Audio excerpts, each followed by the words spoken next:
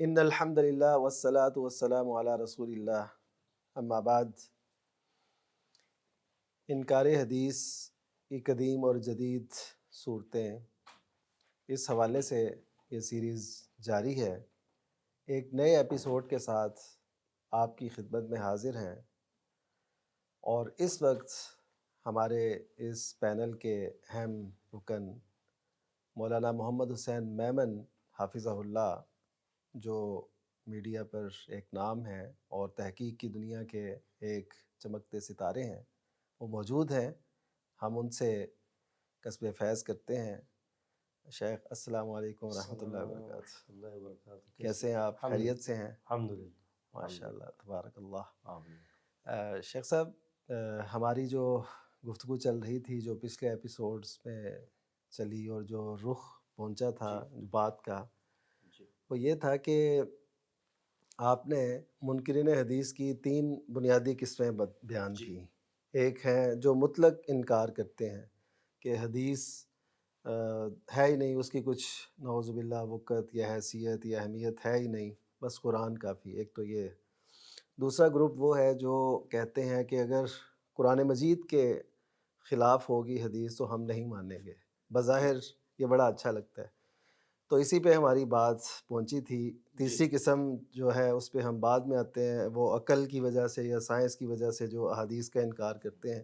لیکن اس دوسرے جو قسم ہے، اس حوالے سے مجھے یہ پوچھنا ہے اور ناظرین کی نظر کرنا ہے، وہ یہ کہ یہ جو کہتے ہیں کہ قرآن مجید اصل ہے اور حدیث اس کے متضاد ہے، اس کے خلاف ہے، تو اس وجہ سے ہم حدیث کا انکار کر رہے ہیں۔ تو کیا ایسا ممکن ہے کوئی صحیح حدیث ہو اور وہ قرآن مجید کے خلاف ہو؟ یہ قاعدہ اور یہ کلیہ، اس کی کوئی قدر و قیمت نہیں ہے کہ صحیح حدیث یعنی مقبول حدیث قرآن مجید یا پھر دوسری کسی حدیث کے ساتھ جو ہے وہ ٹکراتی ہوئی ہوگی۔ ظاہری تعارض جو ہے، ظاہری تعارض جو ہے وہ قرآن مجید میں بھی موجود ہے۔ ہوتا یہ ہے کہ جب قرآن مجید کے تعارض کی بات آتی ہے تو یہی ہمارے منکر حدیث بھائی کہتے ہیں کہ یہ تو ظاہری تعارض ہے، اور اسی نوعیت کا تعارض جب حدیث کا اور قرآن میں ہوتا ہے تو وہ اس کو پھر حقیقی تعارض کا نام دے دیتے ہیں۔ صحیح۔ ٹھیک ہے کہ یہ حقیقی تعارض ہے، یہ غیر عادلانہ رویہ۔ غیر عادلانہ رویہ ہے، بالکل صحیح۔ جبکہ کوئی صحیح حدیث قرآن مجید کے خلاف ہو ہی نہیں سکتی۔ وہی بات کہ آپ کی جو ہے وہ ذہن جو ہے نا، یہ اس کا شاخسانہ ہے۔ یعنی اس میں کج فہمی ہے یا کمی ہے، یا کم فہمی ہے، یا کم علمی ہے، کوئی بھی چیز آپ اس کو نام دے سکتے ہیں۔ اچھا شاید یہ جو بات ہے، اس کو آپ ذرا مثالوں سے ایکسپلین کریں۔ دیکھیں، میں ایک پہلی مثال دیتا ہوں آپ کو۔ پہلے تو دیکھیں، قرآن مجید کے حوالے سے اللہ تبارک و تعالیٰ نے قرآن مجید کے اندر ایک قاعدہ بتایا ہے، اعوذ باللہ من الشیطان الرجیم، افلا یتدبرون القرآن، کیا یہ لوگ قرآن مجید پر غور نہیں کرتے؟ اور فرمایا کہ اگر یہ قرآن ولو کان من عند غیر اللہ لوجدوا فیہ اختلافا کثیرا، سورہ نساء سورہ نمبر 4 کی آیت نمبر 82 ہے کہ اگر یہ قرآن مجید اللہ تعالیٰ کے علاوہ کسی اور کی طرف سے ہوتا تو اس میں اختلاف ہوتا۔ تو پہلی بات تو ہمیں پتہ چل گئی کہ قرآن مجید میں اختلاف نہیں ہے، لیکن ہم یہ دیکھتے ہیں کہ قرآن مجید کے اندر بھی تعارض موجود ہے۔ قرآن مجید میں 4 مقامات پر ایک بات کا ذکر کیا گیا ہے، وہ کیا ہے؟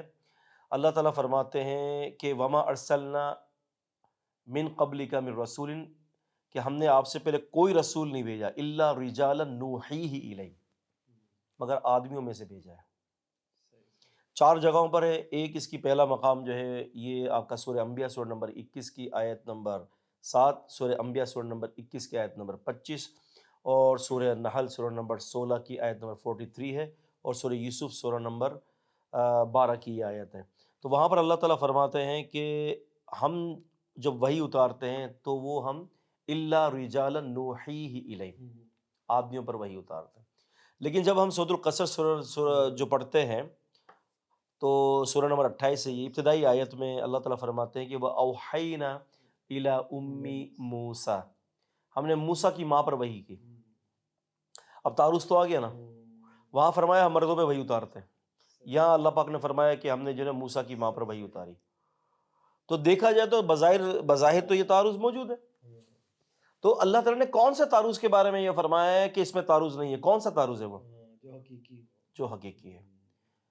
سمجھا نا؟ یعنی اگر کوئی یوں کہتا ہے کہ 5 اور 1 6 ہوتے ہیں، اور کوئی یوں کہتا ہے کہ جی 5 اور 2 6 ہوتے ہیں، تو اب یہ تعارض ہے 5 اور 2 6. اور کوئی 5 اور 1 کہتا ہے، یا کوئی 3 اور 3 کہتا ہے، کوئی 3 اور 4 کہتا ہے، تو یہ ایک دوسرے سے تعارض تو ہے لیکن حقیقی تعارض نہیں ہے. تو یہ چیز تو قرآن مجید کے اندر بھی موجود ہے، اور اس پر باقاعدہ جو ہے وہ قرآن مجید کی ان تعارضات کے اوپر مستقل کتابیں لکھی گئی ہیں، مشکلات القرآن کے نام. مشکلات القرآن کے نام سے. اب جب یہی نوعیت جب حدیث کے اوپر آتی ہے تو پھر ہم یہ اس کو کہہ کے چھوڑ دیتے ہیں کہ جی یہ انسانی کاوش ہے، یہ اس کا جو ہے ایک ہتھ کنڈا ہوتا ہے، جی انسانی کاوش ہے یہ. اچھا بھائی چلو، حدیث انسانی کاوش ہے، قرآن کس کی کاوش ہے؟ کیا اللہ تعالیٰ آئے تھے؟ کیا الیاذ باللہ، کیا اللہ تعالیٰ نے خود نے لکھ کر بھیجا ہے؟ کیا کس نے لکھا؟ صحابہ نے لکھا. اب صحابہ لکھنے والے صحابہ انسان، پڑھنے والے صحابہ انسان، ٹھیک ہے، یاد کرنے والے صحابہ انسان، آگے پہنچانے والے صحابہ انسان. نہیں، یہ غلطی نہیں ہو سکتی. اچھا یہی بالکل حال جو ہے وہ حدیثوں کا ہے، حدیث لکھنے والے صحابہ، یاد کرنے والے صحابہ، پڑھنے والے صحابہ، تبلیغ کرنے والے صحابہ. نہیں جی یہ تو انسان ہے. تو جب یہی روپ انسان کا وہاں تھا تو کیا ہو گیا آپ کو؟ تو غیر عادلانہ، غیر منصفانہ یہ ایک رویہ ہے. اصل میں ابن خزیمہ رحمۃ اللہ علیہ نے جو ہے البتہ تطبیق بین الحدیثین المختلفین پر کوئی کتاب تو نہیں لکھی، لیکن ان کا یہ قول جو ہے وہ علوم حدیث کی کتب کے اندر موجود ہے کہ آپ نے فرمایا کہ اگر کوئی شخص دعویٰ کرتا ہے نا کہ کوئی صحیح حدیث دوسری صحیح حدیث کے ساتھ متصادم ہے یا آیت کے ساتھ متصادم ہے، وہ میرے پاس لے آئے، میں اس میں تطبیق دے دوں گا. اور اس پر امام ابن قتیبہ رحمۃ اللہ علیہ نے ان کی تو ہاں تعویل مختلف حدیث کے نام سے انہوں نے لکھا ہے. پھر امام طحاوی رحمۃ اللہ علیہ نے غالباً 5ویں صدی ہجری کے محدث ہے، انہوں نے جو ہے وہ شرح مشکل آثار کے نام سے جو ہے وہ لکھا ہے. جی بڑی نایاب کتاب ہے، 2 جلدوں پر. ایک ہی آیا محقق نسخہ اس کا 12 جلدوں پر آیا ہے، اور اس کو ترتیب بھی کر دیا تحفۃ الاخیار کے نام سے، فقہی ابواب پر ترتیب بھی کر دی ہے. تو یہ بھی ماشاءاللہ تقریباً کوئی 8-10 جلدوں پر وہ بھی سیٹ ہے یہ پورا. تو اس کے علاوہ امام شافعی نے بھی اس پر لکھا ہے. تو یہ کام ہوا ہوا ہے اس کے اوپر، بہت زیادہ جی اس پہ کام ہوا ہوا ہے الحمدللہ. تو اب اگر ہم حدیث کا جائزہ لیتے ہیں تو میں آپ کو ایک حدیث جیسے کہ آپ کو پیش کرتا ہوں، اس سے بظاہر جو ہے وہ ایسا لگتا ہے کہ جی یہ حدیث جو دوسرے ہے کے وہ قرآن مجید سے ٹکراتی ہے. دیکھیں اللہ تعالیٰ فرماتے ہیں کلوا من طیبات ما رزقناکم، اللہ تعالیٰ نے جو پاکیزہ چیزیں دی اس میں سے کھاؤ.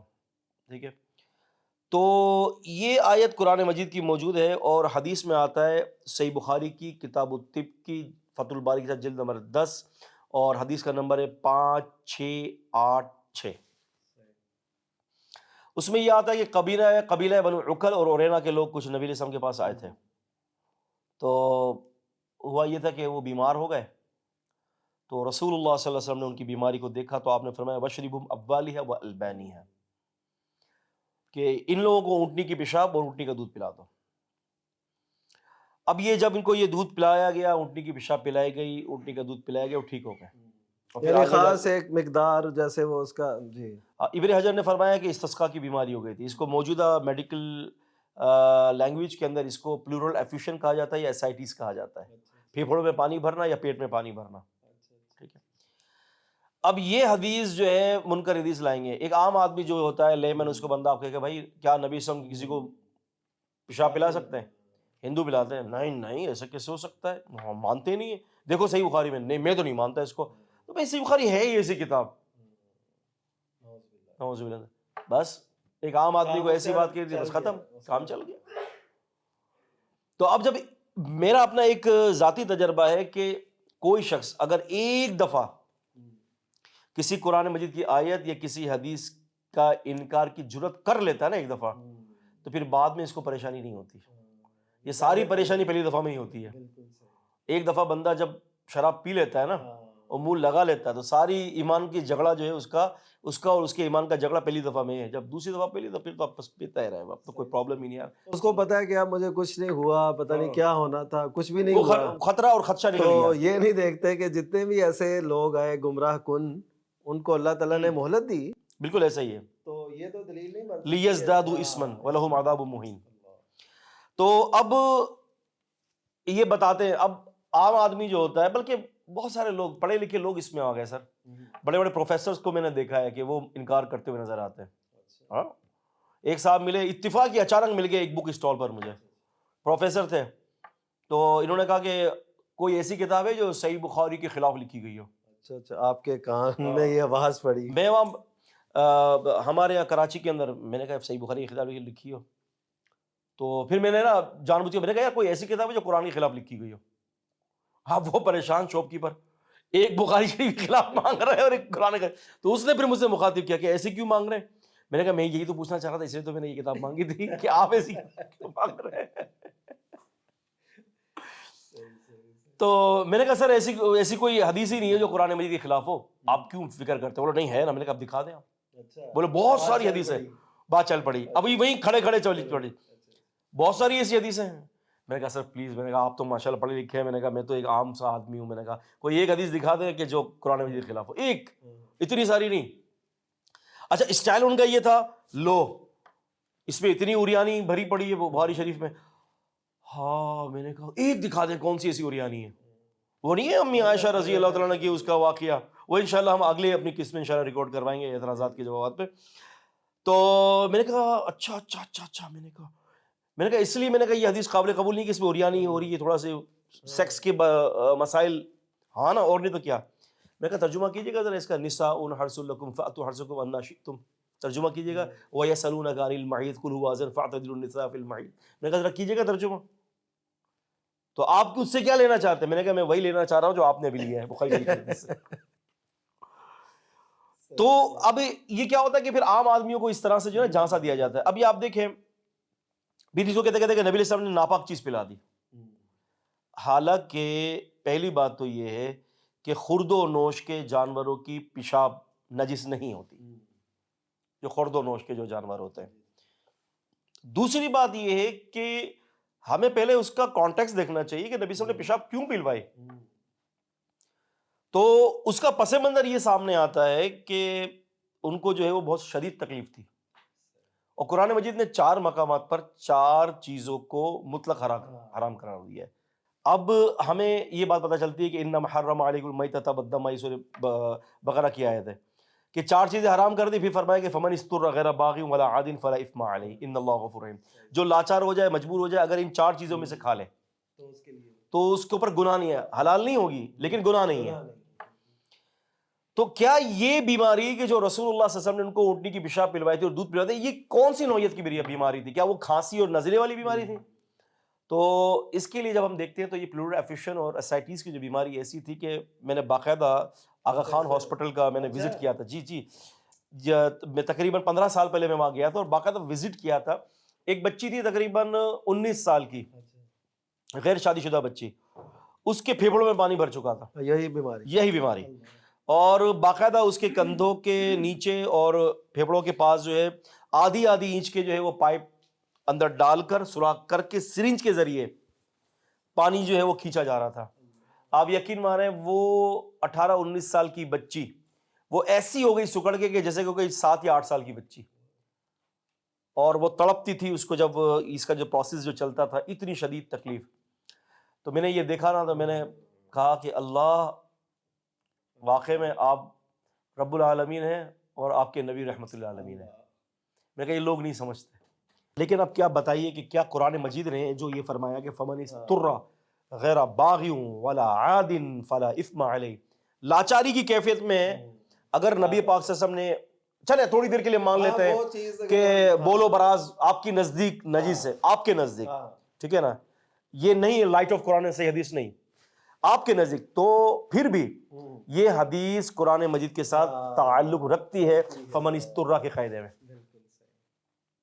ایک اور مثال، قرآن مجید نے فرمایا کہ تمہارے رب نے زمین اور آسمان کو 6 دن میں پیدا کیا، اور صحیح مسلم کے اندر آتا ہے کہ نبی پاک صلی اللہ علیہ وسلم نے فرمایا کہ 7 دنوں میں پیدا کیا.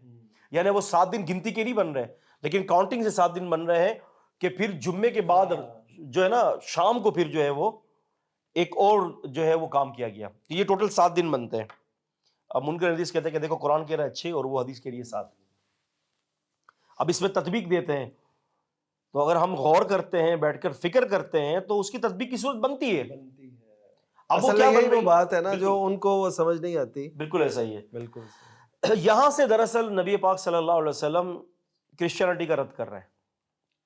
جی کیسے؟ وہ اس طرح سے کہ بائبل کے اندر غالباً بک آف نمبر کے اندر یہ بات لکھی ہوئی ہے کہ خدا بند کریم نے 6 دن میں زمین اور آسمان کو پیدا کیا اور 7ویں دن آرام کیا، ٹھیک ہے؟ اور قرآن کریم سورہ قاف سورہ 50 میں اللہ تعالیٰ فرماتے ہیں وَمَا مَسَّنَا مِن لُغُوبٍ، ہمیں تھکاوٹ تک نہیں چھوتی۔ اور سورہ بقرہ سورہ نمبر 2 کی 255 میں فرمایا لَا تَأْخُذُهُ سِنَةٌ وَلَا نَوْمٌ، نہ اللہ تعالیٰ کو نیند چھوتی ہے نہ اونگ چھوتی ہے۔ نبی علیہ الصلوۃ والسلام کی حدیث سے پتہ یہ چلتا ہے کہ 6 دن میں اللہ تعالیٰ نے زمین اور آسمان کو پیدا کیا اور 7ویں دن آدم علیہ السلام کی تخلیق کر دی۔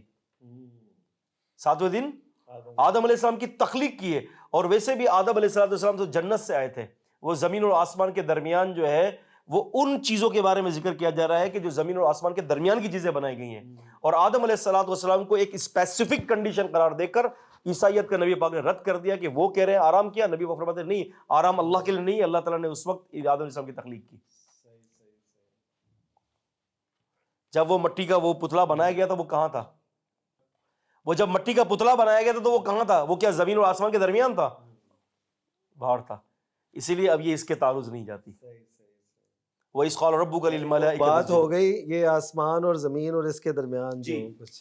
وَإِذْ قَالَ رَبُّكَ لِلْمَلَائِكَةِ اسْجُدُوا لِآدَمَ فَسَجَدُوا إِلَّا إِبْلِيسَ أَبَىٰ وَاسْتَكْبَرَ وَكَانَ مِنَ الْكَافِرِينَ۔ یہ کہاں کا ہو رہا ہے؟ ابھی زمین آسمان کی تو بات ہی نہیں ہو رہی۔ بات نہیں ہے تو جنت کی بات ہے۔ تو یہ دراصل جو ہے نا ہوتا ہے کہ تعارض ایک ہوتا ہے وہ کہ جس میں تطبیق کی صورت بنتے۔ تعارض تو آپ کو بائبل میں ملے گی سر، اچھا تعارض تو بائبل کے اندر ہے، کانٹرڈکشنز جو ہیں وہ ڈھیر لگے ہوئے بائبل کے اندر۔ اللہ کی وحی میں تعارض نہیں ہوتا، انسانی کلام میں تعارض ہوتا ہے۔ آپ لکھیں ہزاروں کتابیں، آپ کی کتابوں میں تعارض ہوگا، ہمیں کوئی مسئلہ نہیں ہے۔ آپ کسی بھی فقہ کی کتاب کو اٹھا کے بولتے اس میں تعارض ہے، ہم ایگری ہیں۔ آپ بات کرو گے نبی پاک صلی اللہ علیہ وسلم کی حدیث کی اور وہ حدیث ہے جو مقبول ہے، ہم کیسے مان سکتے ہیں؟ ہم آپ سے مقابلہ کریں گے اس بارے میں۔ اور ہر ایک کا جواب الحمدللہ محدثین دیتے ہیں۔ محدثین دراصل یہ ہوتا ہے نا کہ تحفظ دینا یا تنقید کرنا، اگر وہ یہ کوشش کریں جو انکار حدیث کرنے والے ہیں، اگر یہ کوشش کریں یار ہم اپنے حبیب صلی اللہ علیہ وسلم جن پہ ہمارا ایمان ہے آپ کی باتوں کو تحفظ دیں، تو وہ ایسی راہیں نکال لیں گے۔ وہ دیکھیں گے جی یہ بھی ہو سکتا ہے اس کا جواب، اس کا یہ بھی ہو سکتا ہے، اپنا ذہن ہی ہے نا۔ اب انہوں نے ذہن کو منفیت میں لگا دیا، الٹ سائڈ پہ لگا دیا، اس کا نتیجہ یہ نکلا کہ وہ انکار پہ انکار کرتے چلے جا رہے ہیں۔ تو یہ کوئی معمولی جرم تو نہیں ہے کہ بندہ، بہت بڑا جرم ہے یہ۔ نبی کریم صلی اللہ علیہ وسلم کی حدیث، ہم اس پہ انشاءاللہ بات کریں گے۔ تو یہ تو ایک بات ہو گئی کہ قرآن کے خلاف کوئی مقبول حدیث نہیں ہے۔ مقبول سے مراد صحیح یا حسن لذاتی ہی لغیری ہی یا حسن لذاتی حسن لغیری، کوئی بھی یعنی مقبول حدیث قرآن اور سنت کے منافی نہیں ہو سکتی۔ وہ اگر ہوگا تو ہمیں ظاہر نظر آ رہا ہوگا لیکن حقیقت میں تعارض نہیں۔ بالکل ایسا ہی ہے۔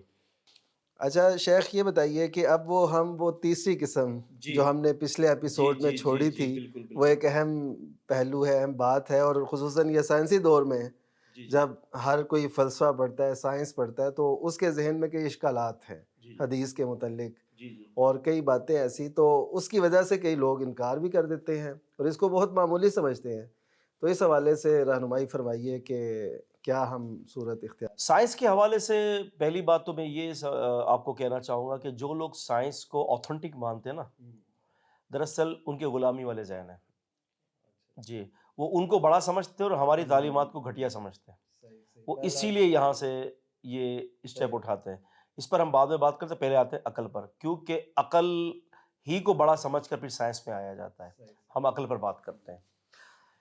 عقل جو ہوتی ہے وہ ہر آدمی کی عقل جو ہے وہ مختلف ہے۔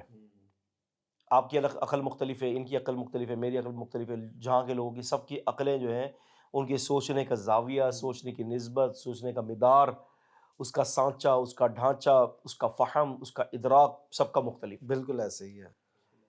اور ابھی آپ نے جیسے ارشاد فرمایا کہ ایک منفی سوچ ہے اور ایک مثبت سوچ ہے، اکثر میجورٹی آپ کو منفی سوچ کے ملیں گے، اسی لیے فرمایا اجتنبوا کثیرا من الظن ان بعض الظن اسم، کثیر کے لفظ بھی کثیرہ کے الفاظ ہے، اکثر منفی سوچ والے ہیں، میجورٹی آپ دیکھیں نا، ایک عورت رات کے وقت جو ہے آپ کے سامنے سے جا رہی ہے کسی شخص کے ساتھ، آپ کے اوپر ہے. آپ یہ بھی کہہ سکتے ہو کہ اپنے والد کے ساتھ جا رہی ہے، آپ یہ بھی کہہ سکتے ہو بھائی کے ساتھ جا رہی ہے، آپ یہ بھی کہہ سکتے ہو بیٹے کے ساتھ، اپنے خاوند کے ساتھ، یا اپنے کسی محرم کے ساتھ جا رہی ہے. اور اگر کسی کے ذہن میں گندگی ہے کسی کے بھی، اور وہ یہ کہہ سکتا ہے کہ اپنے جو ہے نا وہ ناجائز رشتوں کے ساتھ جا رہی ہے، آپ کے اوپر ہے. علی راحتک، جو آپ کی خوشی ہو آپ وہ کریں، لیکن یہ ہے کہ آپ سوچ کے ذریعے اپنا جو ہے وہ بتا دے رہے ہیں کہ میں کس زاویے کا بندہ ہوں. یعنی فرق ہے سوچوں میں، اور یہ تو سب یہ تو یونیورسل ٹروتھ ہے، جی ہاں، ایک سچائی ہے جس کا گراؤنڈ کوئی ریئلٹیز ہیں جی یہ. جی. ابھی یہاں پر آپ یہ دیکھیں، اللہ آپ کا بھلا کرے، کہ عقل، شریعت نے عقل کو کہاں تک اجازت دی ہے. اگر آپ قرآن مجید پڑھیں نا تو شریعت کا جو تقاضا ہے نا وہ یہی ہے کہ عقل کو کھینچ کے شریعت کے تابع بناؤ. اس کو کہو اس کے تابع بن، کیونکہ تو کل نہیں ہے، تو جز کا بھی جز نہیں ہے. آپ دیکھیں، میں اس کی مثال دیتا ہوں. آپ نے نماز کے لیے کھڑے ہو گئے، ٹھیک ہے، اور نماز کے دوران آپ کا وضو ٹوٹ گیا، آپ کی ری خارج ہو گئی. آپ کیا کریں گے؟ ختم ہو گئی، پھر کیسے دوبارہ آئیں گے؟ وضو کر کے. وضو میں کون کون سے اعضاء کو دھو رہے ہیں؟ چہرہ، ہاتھ، پیر، سر کا مسا، ان کا تو قصور ہی نہیں ہے. جس اعضاء کا قصور ہے اس کو تو آپ نے چھیڑا تک نہیں. جو بیچارے بے قصور تھے ان کو بیٹھ کے واش کر رہے ہیں. شریعت کہہ رہی ہے، تیری عقل یہ کہہ رہی ہے، لیکن حکم رب بھی یہ ہے. عقل یہ کہہ رہی ہے. اب آپ دیکھ رہے ہیں جرابوں پر مسا ہے، ہم کہاں کرتے ہیں؟ اوپر کرتے، نیچے کیوں نہیں کرتے؟ حالانکہ عقل تو کہہ رہی ہے نیچے کرو. نیچے کرو، جیسے حضرت علی رضی اللہ تعالیٰ. جیسے علی رضی اللہ کا قول جو ہے وہ علامہ حروی نے ضم الکلام کے اندر ذکر کیا ہے صحیح سند کے ساتھ. لیکن کیا ہے کہ ہم اوپر کرتے. شریعت نے کہا کہ اپنی عقل کو تابع بناؤ، اپنی عقل کو تابع بناؤ. اور عقل یہ کوئی ایسی چیز نہیں ہے کہ کبھی ٹھوکر ہی نہ کھائے. سر عقل بساؤ کا جو ہے نا بڑی جو ہے نا ایسے مذاق کر جاتی ہے ہمارے ساتھ کہ ہم خود سوچتے کہ یہ کیا کر دیا میں نے. عقل کے جو دعوے دار ہوتے ہیں نا، ان کی اگر ہم عقل کے اوپر ہی بات کریں نا تو ہر جگہ پر عقل جو ہے نا وہ آپ کو منصف اور معتدل سوچنی مہیا کرتی، بلکہ آپ کو پیٹنے کے لیے بھی کام دیتی ہے. دیکھیں ایک مثال دیتا ہوں، بہت آسان مثال ہے اور ناظرین کو بھی بڑا مزہ آئے گا اس مثال کے ذریعے. آپ حلوائی کی دکان پر جائیں، آپ حلوائی کی دکان پر جائیں، آپ بولیں کہ یار ایک سیر جو ہے نا لڈو دے دو. کیا کہا؟ ایک سیر لڈو دے دو. اسے پیک کر کے آپ کو ایک سیر لڈو دے دیا. آپ آگے گئے، پیسے نہیں دیے، آگے گئے، واپس آ گئے، یار یہ ایک سیر لڈو واپس لے لو، اس کی جگہ پر ایک سیر گلاب جامن دے دو. اس سے بیچارے نے پیک کر کے آپ کو دے دیا. آپ نے لیا اور اسے بلایا، ادھر آئے، اس کے پیسے تو دیں، گلاب جامن کے پیسے تھے آپ نے نہیں دیا. کہ لے کہ بھائی گلاب جامن کے پیسے میں کیوں دوں، یہ تو لڈو کی جگہ پر ہے. وہ لڈو کے پیسے دے دو، وہ تو واپس کر دیا.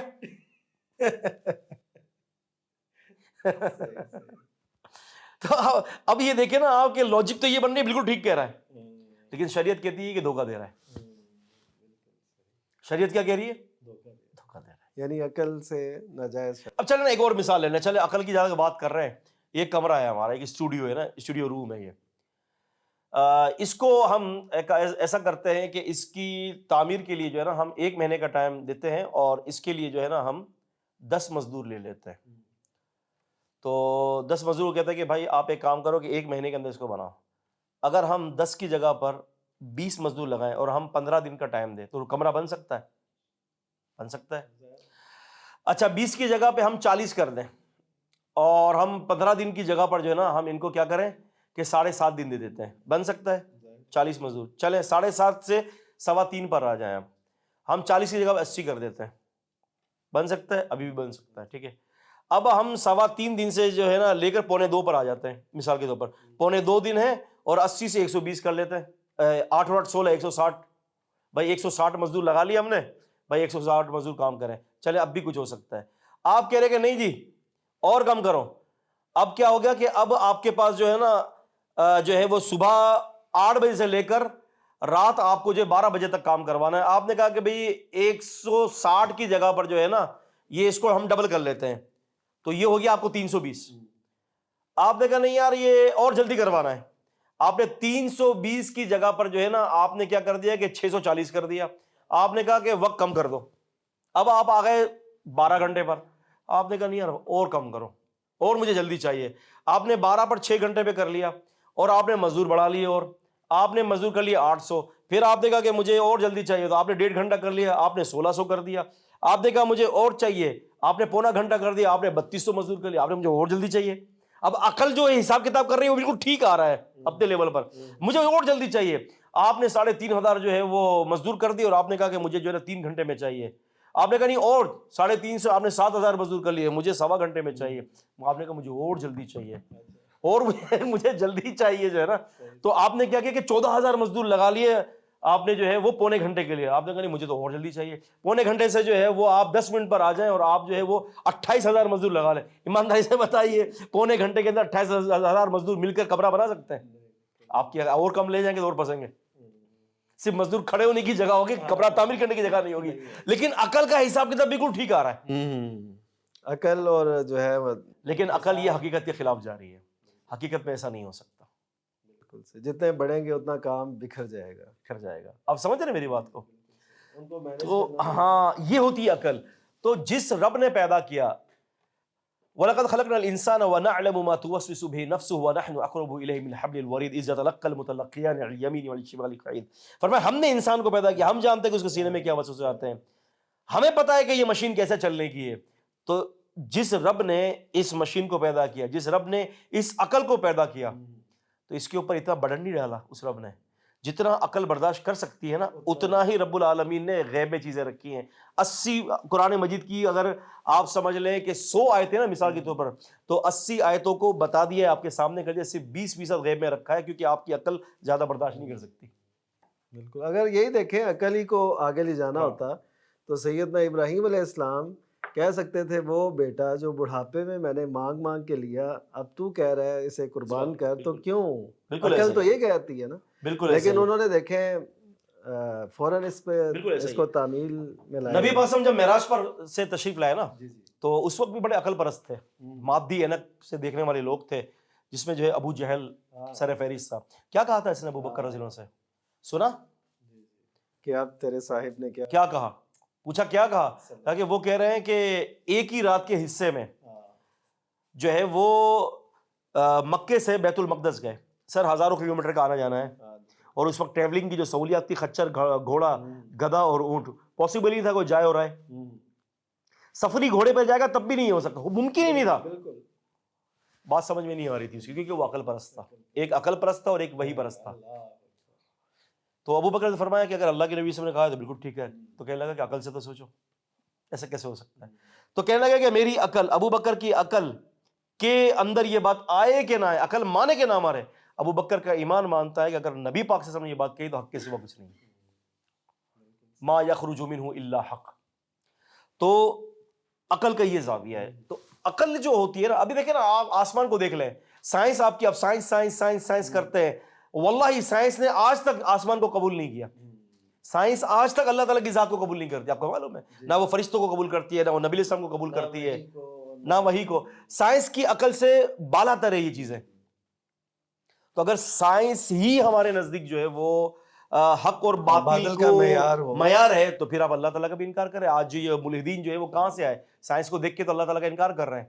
سائنس کی پوری اصطلاحات کے اندر اللہ تعالیٰ کا وجود کہیں نہیں ہے, وہ اس کو ماننے کے لیے تیار نہیں ہے. وہ مشاہدے پہ ہے ساری اور تجربے پہ ہے. اور ایسا آپ دیکھیں نا ڈارون جو تھیوری ہے, ڈارون پہلے اللہ تعالیٰ کو مانتا تھا. آپ کو پتہ ہے ڈارون پہلے اللہ تعالیٰ کو مانتا تھا, عیسائی تھا وہ. مذہب کے اعتبار سے, ریلیجن کے اعتبار سے عیسائی تھا وہ. جب اس نے اپنی عقل کو مذہب سے بالا تر لایا اور اس نے کہا کہ میری عقل خدا سے زیادہ ہے, تو پھر کیا ہوا کہ اس کی عقل نے پھر یہ تقاضا کیا کہ خدا کا انکار کر دو. اس نے انکار کر دیا. آپ سمجھ رہے ہیں بات کو؟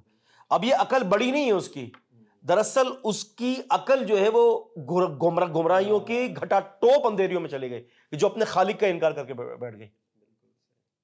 وہ مجھے شیخ الاسلام ابن تیمیہ کی بات یاد آ رہی ہے رحمہ اللہ. وہ کہتے ہیں کہ جیسے بصیرت ہو, بصارت ہو تو اس کو خارجی روشنی کی بھی ضرورت ہے. اسی طرح عقل کو بھی کام لینے کے لیے خارجی علم کی ضرورت ہے، اور وہ وہی ہے. وہ وہی ہے. سبحان اللہ. یعنی دیکھنے کی صلاحیت موجود ہے لیکن اندھیرے کمرے میں آپ کچھ نہیں دیکھ پاتے. تو اسی طرح اگر عقل آپ کی بہت ہے لیکن وحی کی روشنی نہیں ہے تو آپ سمجھے بے بصیرت ہیں، آپ کے اندر وہ شعور، وہ چیزیں نہیں ہیں. تو اللہ تعالیٰ یہ ان کی بڑی قیمتی بات ہے. تو حقیقت یہ ہے کہ آپ دیکھیے کہ عہد صحابہ میں اگر ہم دیکھتے ہیں تو نبی کریم صلی اللہ علیہ وسلم نے بہت بڑی بڑی باتیں ان سے فرمائیں جو بظاہر ان کی عقل اور شعور میں نہیں آ سکتی تھی، ان کے وجدان انہیں قبول نہیں کرتا. آپ دیکھ لیجیے دجال کے متعلق جب آپ نے فرمایا جب وہ آئے گا تو اس کا پہلا دن 1 سال کا ہوگا، دوسرا دن 1 مہینے کا، تیسرا 1 ہفتے کا، اور باقی جو تمہارے عام دنوں کی طرح. اب دیکھیے اتنی بڑی بات تھی کہ روزانہ وہ دن رات اور یہ شب و روز کا سلسلہ، لیکن ایک صحابی نے بھی یہ نہیں کہا کہ یہ کیسے ہوگا، کیوں ہوگا، بلکہ ایمان لانے کے بعد کہتے کہ نماز کیسے پڑھیں گے. نماز کیسے پڑھیں گے. دیکھیں نا، جو ان سے متعلق بات تھی وہ انہوں نے پوچھی.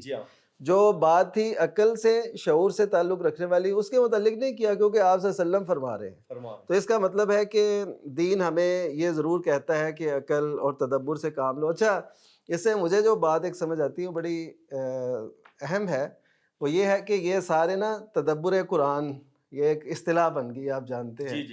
تو یہ تدبر قرآن جو گروہ ہے یہ سارا کچھ کرتے ہیں حدیث کو انکار کرنے کے لیے تدبر. ایسا ہی ہے. میں کہتا ہوں اگر یہ سارا تدبر حدیث کو تحفظ دینے کے لیے کریں تو ان کی عقلیں یہی فیصلہ کریں گی کہ سب سے معتبر طریقہ ہے جو آج تک رائج چلا آ رہا ہے.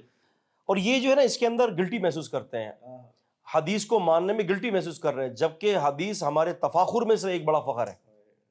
آپ دیکھیں نا، عیسائی ہے، جین مذہب ہے، عیسائی ہے، بدھ مذہب ہے، اس کے علاوہ سکھ ازم ہے، ہندوازم ہے، یہ جتنے بھی مذاہب ہیں ان کے پاس ان کے انبیاء یا ان کے جو پیشواؤں کے کوئی محفوظ طریقے سے اقوال محفوظ نہیں ہے. یہ تو ہمارے لیے یہ بہت بڑی فخر کی بات ہے. جیسے آپ نے وہ پچھلے ایپیسوڈ میں یہ بتایا بھی کہ دیکھیں کہ یعنی ان کو حسد ہے ہم پہ کہ ان کا دین محفوظ کیوں ہے، تو انہوں نے ان کو پلانٹ کیا اور ان کی وہ ساری. آپ دیکھیں نا، یہ الاصابہ کا جو مقدمہ ایک مستشرق نے، اورینٹلسٹ نے لکھا ہے. الاصابہ جو ہے ابن حجر رحمہ اللہ کے الاصابہ فی تمییز الصحابہ، اس کے مقدمے میں کہتا ہے کہ کوئی ایسی قوم نہیں ہے، کوئی ایسی قوم آج تک نہیں پیدا ہوئی کہ جس نے اس طریقے سے اپنے نبی کے اقوال اور افعال اور اقوال کو اور اعمال کو محفوظ کیا ہو. یہ صرف جو ہے امت محمدیہ کے حصے میں آیا. انہوں نے اپنے نبی صلی اللہ علیہ وسلم کے زندگی کو تو محفوظ کر لیا، لیکن نبی کی زندگی کے ساتھ ساتھ 5 لاکھ ان لوگوں کو بھی محفوظ کر لیا جنہوں نے نبی کی حدیث کو نقل کیا ہے، نیریٹرز. یہ اللہ تعالیٰ نے دنیا میں اظہار کیا. اور آپ اس کے بالکل برعکس دیکھیں، آپ برٹانیکا انسائکلوپیڈیا اگر آپ پڑھیں، برٹانیکا انسائکلوپیڈیا کے اندر جیزز نامی ایک آرٹیکل ہے وہاں پر. اس کے تحت آپ یہ دیکھیں تو وہاں کا جو آرٹیکل لکھنے والا ہے نا، وہ اس بات کا معترف ہے، کہتے ہیں کہ ہمیں یسوع مسیح کی زندگی پر زیادہ محنت کرنا چھوڑ دینا چاہیے. ہمارے پاس یسوع مسیح کے آخری دنوں میں 50 دن کے علاوہ جو ہے کوئی اور دن ہمارے پاس محفوظ نہیں ہے، بلکہ آگے جا کے کہتا ہے کہ ہم شاید کہ ہمارے پاس یہ دن بھی صحیح طریقے سے محفوظ نہیں. 50 دن، اور ان کے اقوال کی تعداد بھی بہت تھوڑی ہے، 250 کی تعداد میں ہے. اگر آپ متی، مرقس اور یوحنا اور لوکا کی انجیل کو دیکھیں گے، صرف ریڈ لائنر بائبل میں 250 کی تعداد ہے، بس صرف 250. اب پوری دنیا کو چلانے کے لیے ایک رہبر کی کتنی تعلیمات ہونا ضروری ہے اور کتنی تعلیمات قیامت تک کے لیے. اور اس میں دیکھیں کتنے طبقات ہیں، دور کا کتنا فرق ہے. ہم پہلے چلے جائیں اور اب کے دور، سائنس، ٹیکنالوجی، جدید ایجادات، اس میں اسلام ایسے ہی رہنمائی فراہم کر رہا ہے جیسے پہلے کر رہا تھا. یعنی وہ جامعیت اتنی ہے. ہم ظاہر ہے سیدنا عیسیٰ علیہ السلام اور ہمارے نبی ہیں، اور ہم ان کی بالکل بھی ایسی کوئی بات برداشت نہیں کر سکتے، نہ ہم یہ بتانا چاہتے ہیں کہ ہم عیسیٰ علیہ السلام. لیکن چونکہ نبی کریم صلی اللہ علیہ وسلم آخر الزمان نبی ہیں اور خاتم الانبیاء ہیں، اس وجہ سے آپ کی تعلیمات میں یہ ساری چیزیں محفوظ کر دی ہیں. یہ تو ہمارے لیے بہت فخر کی بات ہے. اور یہ گلٹی محسوس کرتے ہیں. ہاں، یہ دیکھیں، اور یہ اس سے پھر آپ کی اس بات کی تائید ہوتی ہے جو آپ نے شروع میں کہی تھی کہ وہ ان کو حسد ہے، اور انہوں نے باقاعدہ اس سلسلے کا آغاز کیا جس سے امت کے ایسے ذہن نے ان کا ساتھ دیا اور ان کی سوچ اور فکر کو مسلمانوں میں پھیلانے کی کوشش کی. اللہ تعالیٰ ان کو سمجھ. آمین آمین. ان تعلیمات کو اور اس نظریے کو کہاں پر زیادہ تر مستحکم بنایا جاتا ہے؟ اس جگہ پر مستحکم بنایا جاتا ہے کہ جہاں پر شرعی اصولوں کو کنارہ کیا جاتا ہے. ہماری یونیورسٹیز اور کالجز کے اندر یہ فتنہ زیادہ پھیلتا ہے، خصوصاً الحاد کا فتنہ. کیوں کہ جب ہماری درسی کتابوں کے اندر، جب ہماری جو کتابیں ہوتی ہیں اس کتابوں کے اندر جب کیو مین جیسے چیپٹرز پڑھائے جاتے ہیں، کیو مین اٹ مینز جو ہے انسان پہلے بندر تھا، بندر بننے کے بعد پھر انسان ہوا. جب بچے کو، ایک چھوٹے بچے کو جب تعلیم ہی یہی پڑھائی جاتی ہے تو پھر آگے جا کے اس کے لیے کیا مسئلہ ہے کہ وہ اپنا وہ اپنے خالق تو خالق کا تلاش انکار نہیں کر کرے دے، گا. کیونکہ ذہن تو پہلے سے بنا دیا گیا نا، ذہن تو پہلے سے ڈیولپ کر دیا گیا ہے.